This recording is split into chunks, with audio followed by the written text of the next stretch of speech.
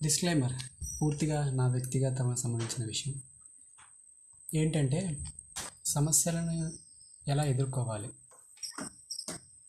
నేను ఇన్ని రోజులు తెలుసుకుంది ఏంటంటే సమస్యల నుంచి నువ్వు పారిపోయినంత కాలం పారిపోతానే ఉంటావు. నువ్వు ఎక్కడికి వెళ్ళు అదే సమస్య మళ్ళీ నిన్ను వెంటాడి అది ఏ రూపంలో అయితే నువ్వు తప్పించుకొని పారిపోయావో ఆ రూపంలో కాకపోయినా వేరే రూపంలో మళ్ళీ నీ దగ్గరికి వస్తుంది. సో దానికి ఎదుర్కొనడానికి ఒక్కటే ఒక సొల్యూషన్ ఏంటి అని అంటే దానికి ఎదురెళ్ళడం, చూడడం, తటస్థంగా వచ్చిన సమస్యని